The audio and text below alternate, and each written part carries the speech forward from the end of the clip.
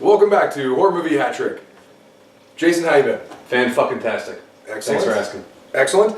Jason just celebrated an anniversary. Happy anniversary. 6 years, we made it. Everyone had the over-under. Suck it. And thanks for inviting me out. It was a good time. Yeah. So since it's October, we are covering monster movies this entire month. And what's a more iconic monster Then Congress. Yes. As well as Dracula. Oh yes, Nosferatu.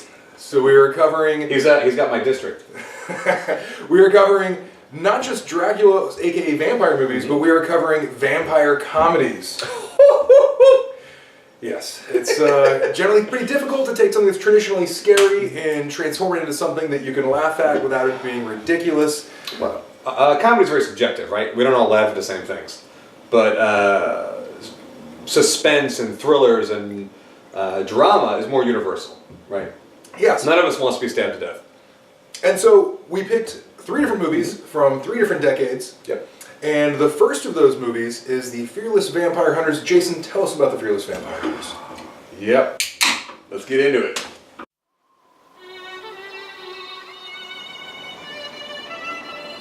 The Fearless Vampire Hunters. Professor Abronsius and his naive assistant Alfred travel to the depths of Transylvania in search of vampires. They come to an old inn where people say, hey, there's no such thing as vampires, but they got garlic hanging up all over the place.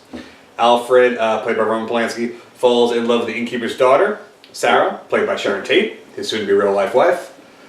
And through hilarity... wackiness ensues. Essentially, wackiness ensues. This is it's a very 60s movie. I think this is like 1967? Yeah. So 1967, it's very zany.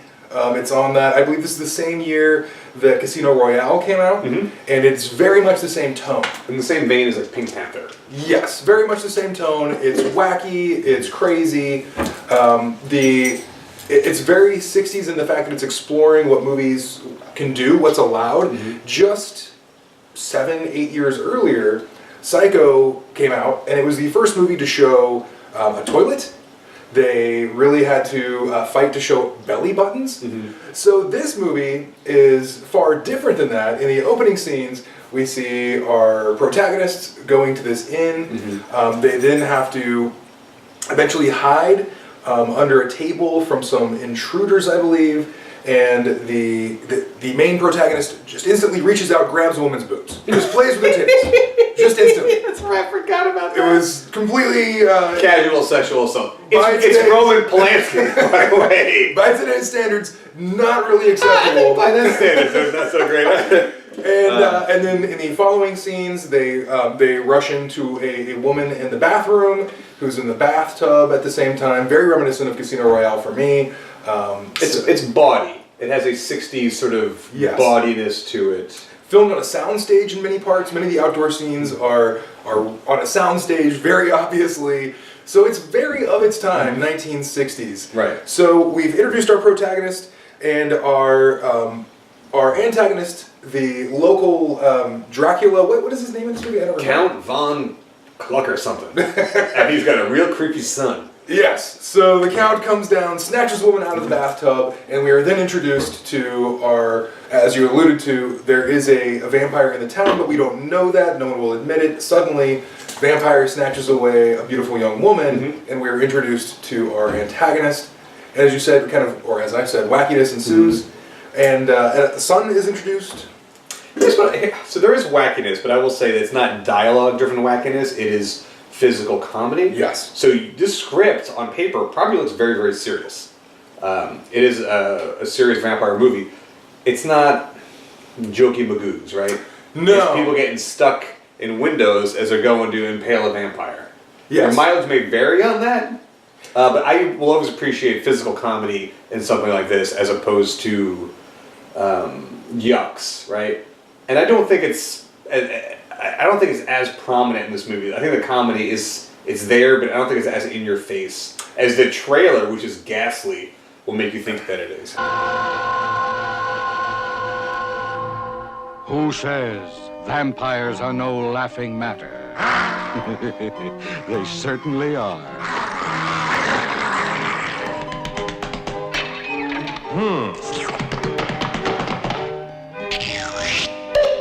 Yeah, and there's a lot of physical comedy. There are a lot of those sped up scenes, kind of Benny Hill-ish, where if you look at the slip and fall scenes early on, and a few The other skiing things, scenes. there are a lot of kind of sped up Benny Hill flavored wacky comedy.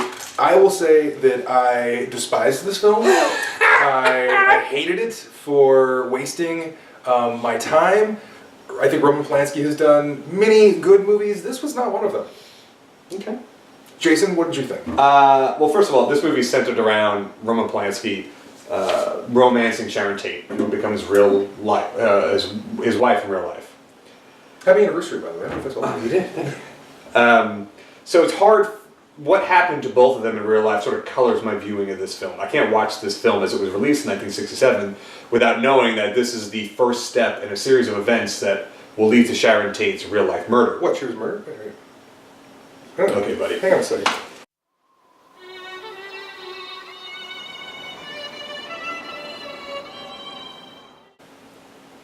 Oh, that is not a comedy at all. That is horrible. Okay. Yeah. Well, thank you.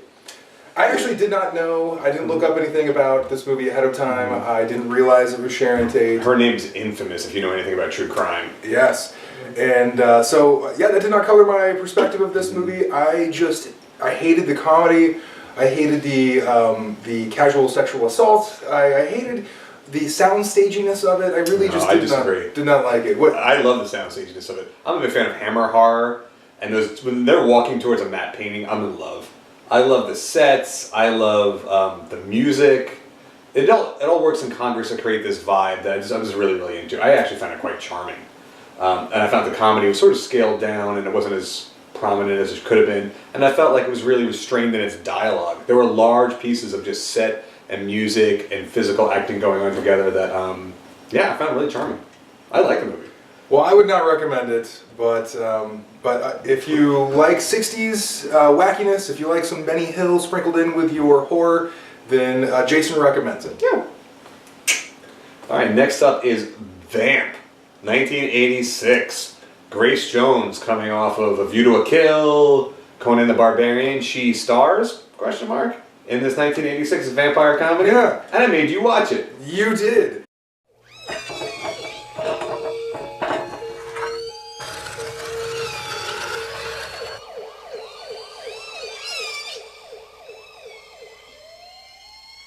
Did you ever have one of those nights? Hey, where are we going? Doesn't matter. What counts is that you're my buddy. My day didn't start off too well.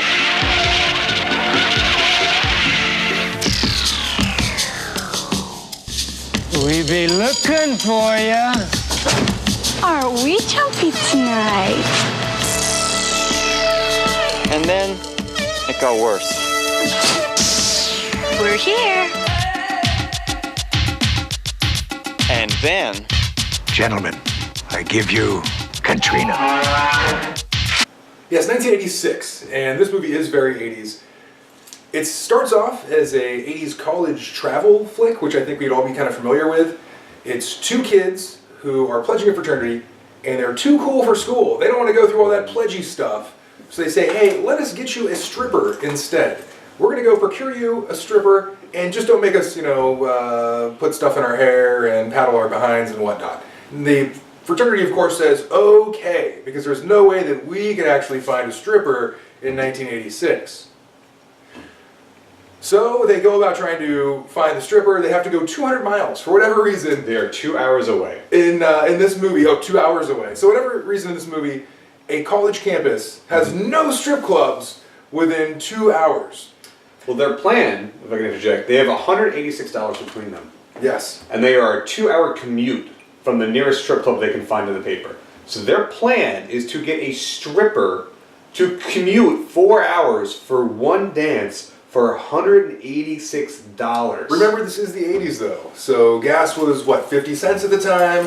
And I'm sure $186 was a mighty princely sum It back was like then. $195 back then. So they go meet the rich kid on campus, and I actually really like that. Oh, I should introduce the actors of this film. One of the stars, Mr. Makepeace, was in Meatballs and a couple other 80s films. In my notes, he is not Kirk Cameron. He's not Kirk Cameron. So there's Mr. Makepeace from Meatballs. And then the other guy, AJ. Other guy, what's his name? I know it. Hang on. I have Robert Russler. Now, I don't know about you. I'm watching him on screen, and I'm thinking, this guy's got to be a gay porn star. He just has to be. So I looked him up. I'm like, nope. He was in Nightmare on Elm Street Part 2. He was? Which is pretty close. I do remember him from Nightmare on Elm Street Part 2. It's starting to happen again.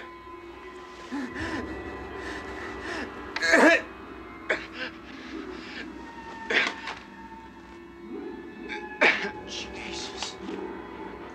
Hey, man. What the fuck's wrong with you, dude?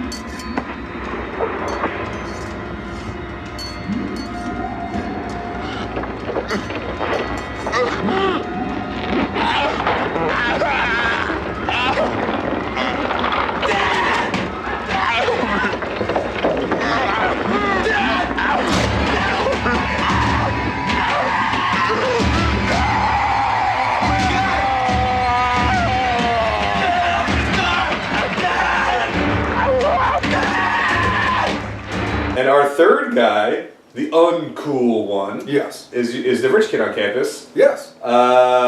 Getty Watanabe from 16 Candles. Yes. Getty Watanabe from 16 Candles. Oh, you're going to pronounce it right? You made me look like yes, a real jerk. Yes, I am. Thanks, buddy. And I love the fact that they never really play off of his Asianness, which is really unnatural for an 80s movie. They don't say, hey, we've got this rich Japanese kid on campus, he doesn't have a goofy accent. He could have been played by a white guy. There's nothing they written, just treat him like garbage. Yeah, but there's Like he's any other garbage person. There's nothing written in this movie that makes him play off of the stereotypical Yes. Asian. It's very progressive. So for the 80s, I would say it is. Anyways, they go to the strip club, and from here it turns into a vampire movie, which I really like. It's reminiscent of Dusk Till Dawn, where we start off with one movie, and suddenly midway it switches to a totally separate movie. We are now in a horror film, although it's a horror comedy. It's very reminiscent of a 80s sitcom. This is about 90 minutes. I'll tell you exactly what it's reminiscent of. Martin Scorsese's After Hours and Fright Night, which had both come out the year before. Yes. It's absolutely with a sprinkle of American Werewolf in London. But please continue. And so they show up at this strip club where Grace Jones comes out and doesn't strip. She takes off a robe and then wears some weird wire bikini thing. She is painted in like a Keith Haring type body paint. Yes. Dancing with a chair to one of Grace Jones' own songs. Yes. And I have to say, it's the highlight of the movie. It's a Hollywood strip club. I think only one girl out of 10 takes her clothes off in it, which is fine. But actually, Grace Jones commands the screen. At that moment, the movie turns.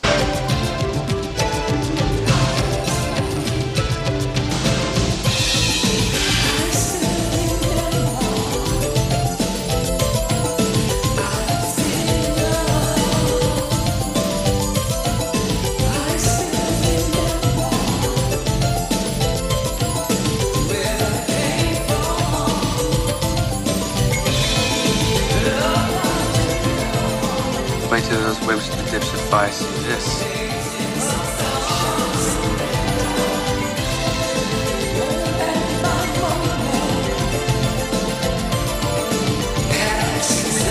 And you think it's going to become a Grace Jones movie. Because she is great on screen. You can't take your eyes off of her. She gets up there, She dances, but it's not really a dance. She just moves around and gyrates a little bit. It's a dance. Don't be a jerk. She gets up and then does like this weird like electrocution thing on top of this chair.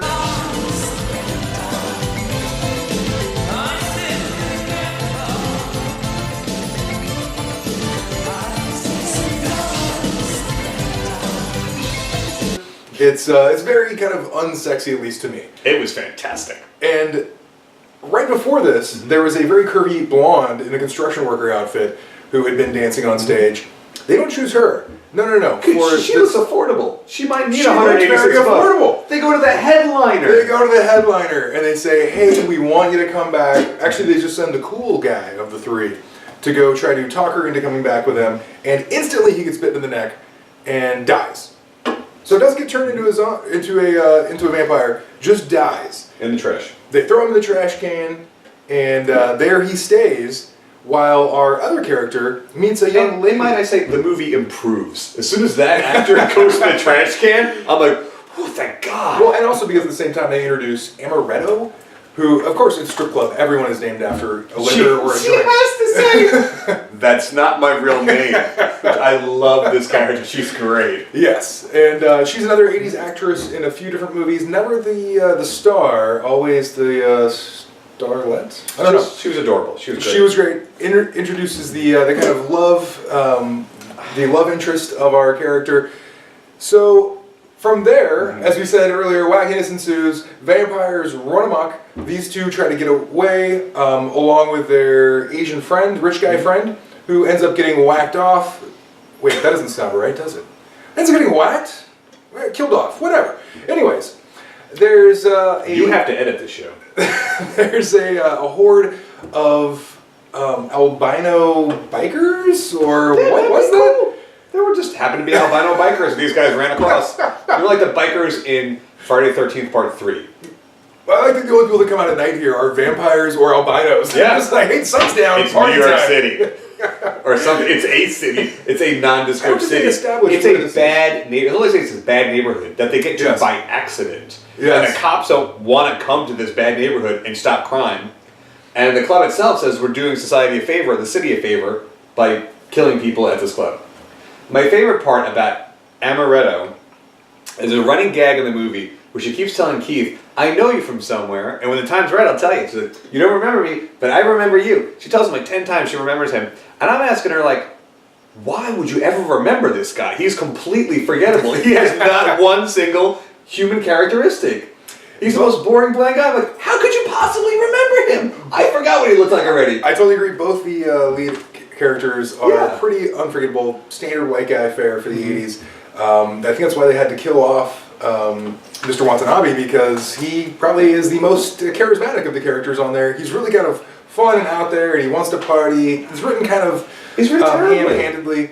But He's a good actor. He was great Yeah. in 16 Candles. He is working overtime to make these lines make work. this stuff He's work. You can sweating, see him try. man. It's great. He's really giving it his all, and It is it's, great. it's just not there. I liked it. I actually found this movie enjoyable. It moves very quickly. It's probably a little under 90 minutes. 88 minutes with credits, yeah. Yeah, so it's very fast. I would characterize this movie as a 80s sitcom. So this is an episode of an 80s sitcom that they stretched into 80-something minutes. It would have worked way better. Two established characters. Hey, we gotta go do this thing, right? We gotta go. We have to go get our cousin away from the strip club. She's working there. So they go out there, and oh my goodness, Halloween episode. They happen to be vampires. Let's get out of here. The ending of this movie, very cheesy as well. The friend who was in the garbage can comes back from the dead to save the day. No, to rip off Fright Night. Yes, as well. Except these characters have no charisma, and I don't care if they die. It would be a relief to me if they were off the fucking screen. So I think I know where you're going with this. Jason, what did you think of this movie? I'm going to pay this film a compliment. Or dug deep. Okay. Whether they are outside, underground, in an interior room, every scene is green and pink. They had two lighting gels, green and pink. And at first I'm like, are they going to use another color? And then after a while I'm like, this is I kind of love that it looks like a comic book from the 80s. The coloring choice was interesting. The costumes were great. I think the reason why you noticed that is because everything is lit blue now. Every single thing is like. But I was all like, everything's green and pink. I'll take it. Here's the problem with this movie, and it hampers it at every turn. It's not funny. It's not that one joke doesn't land. It's that none of the jokes land. And the characters are really... Grace Jones is like mesmerizing when she's on screen. I think she has 3 scenes in this movie. She either quit the movie halfway through, or they didn't like her lines and they cut her. She doesn't have a single line in this movie. She doesn't have a line. I think that was purposeful. I think she does not, at the time, she did not have the greatest accent or... For this movie? So you're gonna not Kirk Cameron? You're afraid to show him up? So I think that was one aspect of it. I think number 2, they probably couldn't afford her, so they probably said, "Hey, come in for 2 days of shooting. You are going to be we're going to put you on the cover of the movie." She's on the cover of the movie in whiteface, by the way, and a red wig, which I didn't really get, but it was an interesting choice. It's striking. She's striking. Interesting choice to take the person that you bill as your top billing. And then cover them up so they're unrecognizable. Or cut them out of the movie entirely and not give them any lines. I think they couldn't afford her. I think they said, I think she was there. They just know what to do with her. Come in for 2 days. This is all we can pay you for. This was painful. It was just painful to sit through this movie. There's a reason I don't remember this movie. I'll tell you why I remember this movie. Remember the grocery store? They would have these little sticker machines. You put a quarter in, and you pull it out, and you get a sticker. And there's like 1 of 5 or 6 stickers you might get. Yes. There was a horror one at my grocery store, and I wanted the Nightmare one, I wanted the Michael Myers one, and there are all these good ones, and then in the corner, there's Vamp. And I got like 3 Vamps, and finally I said, fuck this machine, I'm never going to get a Nightmare on Elm Street Dream Warrior sticker. I liked it. I didn't hate it, I definitely didn't hate it as much as our first film. It was decent, it blew by, it was quick, it was fast-paced, it wasn't funny at all, but at least it didn't waste a ton of my time. Unlike Roman Polanski and his gropey-ass McGroperson film. Cool. So that brings us to our final film, which is 1995's A Vampire in Brooklyn. Jason, tell us what Vampire in Brooklyn's all about. Oh my god. You know what? Vampire in Brooklyn can't even tell you what Vampire in Brooklyn's about because they had to tack on a voiceover at the beginning of this movie. For centuries, they have roamed the earth. Fearsome creatures of the night. Endlessly seeking to satisfy an unyielding hunger.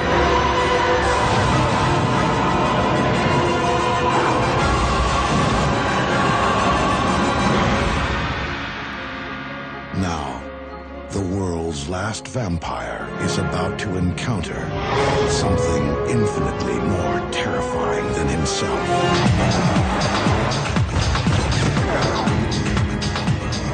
Brooklyn. Interesting. I've been stabbed, and I've been hanged. Even broken on the rack once, but I've never been shot before. Eddie Murphy is a Caribbean vampire named Max, who comes to the city to look for a fabled half-vampire princess. Okay. He gets to town, and he turns this sort of rascal numbers-running guy into his ghoul to help him. Well, I have to stop you there first. 2 things. A, he is the last vampire in the Caribbean, so he has to repopulate the islands, which used to be vampires don't reproduce. They don't. You got that from this movie? Did you get that from this movie? Or did you get that from Wikipedia? In this universe, I got this from the movie. That's how they introduced it. And number 2, I like the ghoul. I love the story arc of the ghoul. But continue, please. The ghoul is from a different movie. And what's shocking about the ghoul is that the ghoul is playing the Eddie Murphy part. He is giving an Eddie Murphy, Julius is giving an Eddie Murphy performance to Eddie Murphy, who has no idea what he's doing in this movie at any time. Anyway, so he shows up and he's got to find his half-princess thing before the next full moon, or he'll die? Is that what I got? It's not that he'll die, it's that she will never turn into a vampire unless he does it before this next full moon. She's reaching... That is an artificial ticking clock. By the way, is Angela Bassett, who apparently never ages. I think she is a real vampire in real life, because this woman looks amazing all the time since the 1980s. I think she's a real vampire, but please continue. So Eddie Murphy, under the guise of Max, right? So Max needs to romance Rita, his half-vampire princess bride. Yes. So he does this by treating her like garbage. I don't know if he treats her like garbage, but this is a typical Eddie Murphy movie setup, which is, I need to get this woman to like me. But he does all the douchebag boyfriend things. He ruins her job. Yes. He alienates all her friends, separates her from her support network, and ruins her life until she has no choice until to dance with him And once. let me also stop you there, because this is Eddie Murphy's first film where he goes into the heavily make-upped alternate characters. No. That was Coming to America. It was 7 years earlier. Coming to America did a couple, but I think this is the first time where he puts on the fat suit. I think this is the first time where, and the very next year... I will give you this. This is the time where he does it and fails. He does a weird half-Jewish, half-Italian character with freckles. It's very interesting. Hey, Vamp. Put this shit on the floor. Nobody be smart. Put your fucking gun on the floor right now. Everybody, come on. Everybody, let's go. And you, into the cash register right now. Hurry up, do it. Okay, here we go. Hey, it's a lot of fucking love in this room. Look at this. Speaking of which, do you believe in love at first sight, darling? Get the hell away from me. Oh, trying to play hard to get, huh? Let me work on you for a little while, baby. Hey, watch it, John Chef. I'll put a hole in your afro. You're gonna be my new girlfriend, huh? Come on, here we go. Let's keep this moving. Is that register empty? Hey, what's with all of this shit? Get rid of this fucking garlic. It's all over the fucking... All the fucking garlic. He does a fat preacher who talks about $2 whores, which I found hilarious. It's not Jason funny. Did not enjoy. And it goes on way too long. Let me hear y'all say it. Evil is good. That's right. Evil is good. Take Brother Brown, for instance. One of our strongest deacons. Right. Yeah. Pillar of stability. Brother Brown was down on Bushwick Avenue last night with a $2 hoe. Oh, Cookie baby, I didn't know she was no hoe. You stinking dog! You told me you was at your mama. Now that's evil. When you tell your wife, I'm gonna go see mama, then you go down on Bushwick Avenue and get you a $2 hoe. That's evil. But Brother Brown had a good time with that $2 hoe. You can push a $2 hoe to the line. She don't have no limits. Evil and good. They walk hand in hand. I thought it was Eddie hilarious. Murphy in this movie does not know if he's going to be funny or serious. He's just drifting, and then he puts the makeup on. You're like, okay, now we'll get an Eddie Murphy moment. But he's trying to find the joke, and it's just not there anymore. I think you have to have a little more soul to really like this movie. I think Jason does not have a black bone in his body. Well, except for that one time. That one time he definitely did, but not this time. And so, yes, it was... I actually really enjoyed this film. So Rita has a possibly romantic relationship with her partner. He's a cop named Justice. There's a fucking cop named Justice in this movie. My favorite scene is when they have a love scene, because there's a cutaway insert shot of the actor with his shirt off. He's got a chest double. Another actor is playing him with his shirt off. Oh, this movie was unbearable. It made no sense. I never understood Eddie Murphy's the stakes of what would happen if he didn't get her into a dance to any music. He's at a club, they're playing shitty music. He goes, oh, I'm going to hypnotize her here. It's all about... Rita's a detective. She doesn't detect a goddamn thing in this movie. She has no agency. She does nothing but get ping-ponged around between these two guys. And Eddie Murphy, he wants a soulmate for life. He's laying a real bad foundation for this relationship. This is, I believe, the only vampire movie that we watched where the vampire actually exercises one of the key vampire skills, which is hypnotizing women. After all this time, we finally see a film where the vampire can hypnotize a woman and make her like him, but she's strong-willed. She's a strong-willed woman. She's Angela Bassett. He ruins her life, ruins her job, gets rid of her roommate, scares away her boyfriend, and then he's like, now I'm going to hypnotize her into loving me.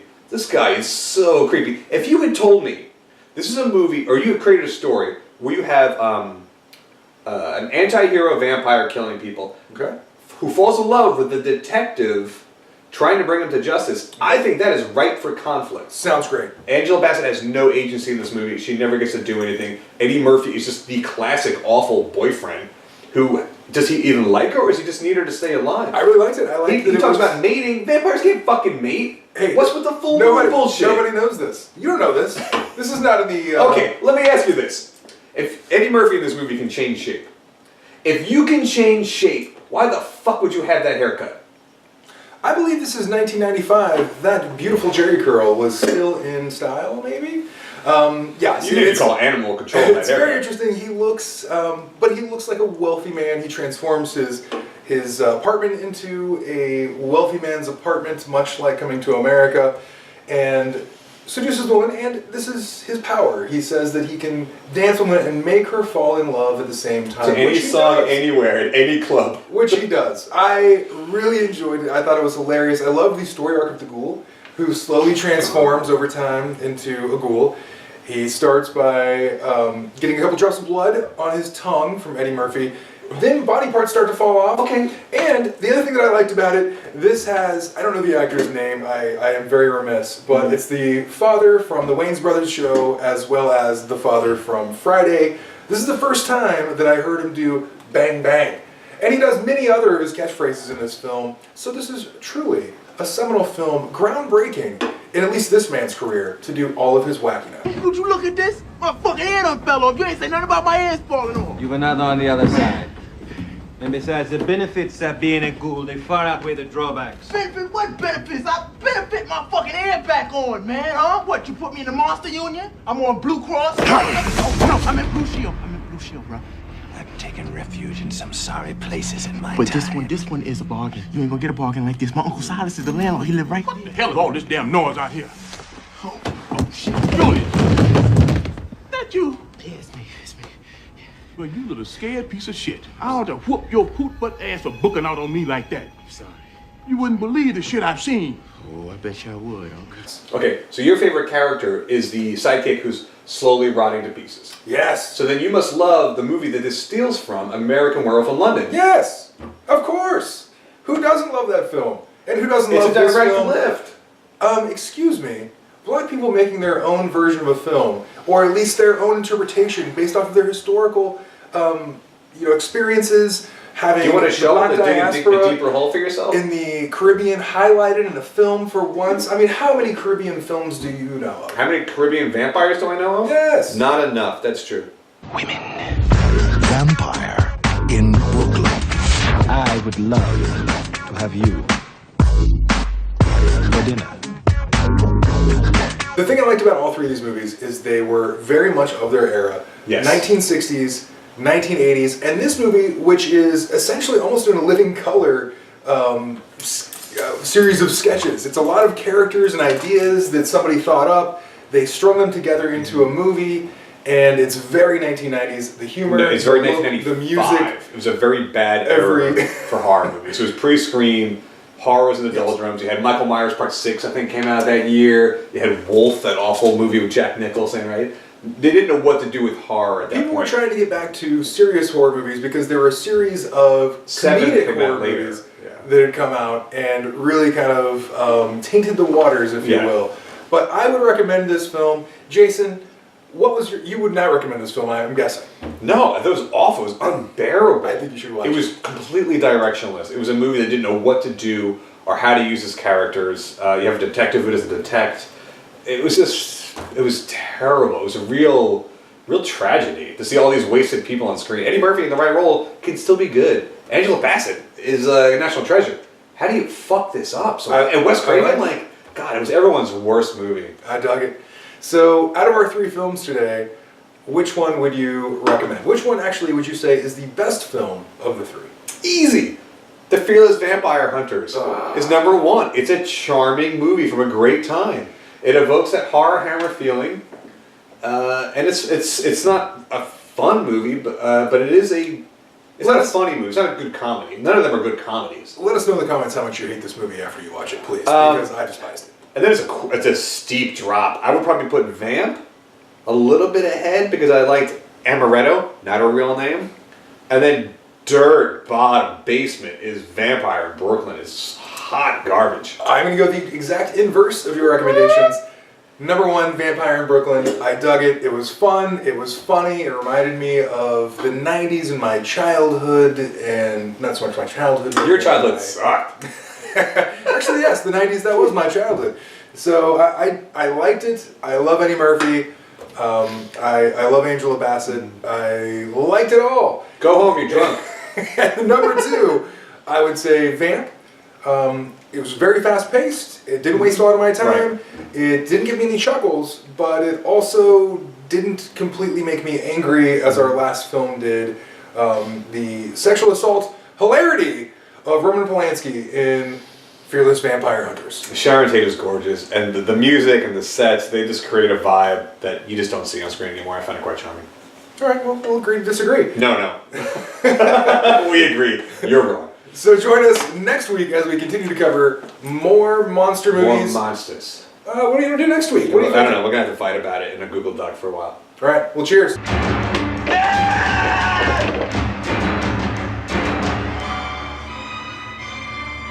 Run! Run! What is it? So, join us next time as we continue our monster movie madness on Horror Movie Hat Trick.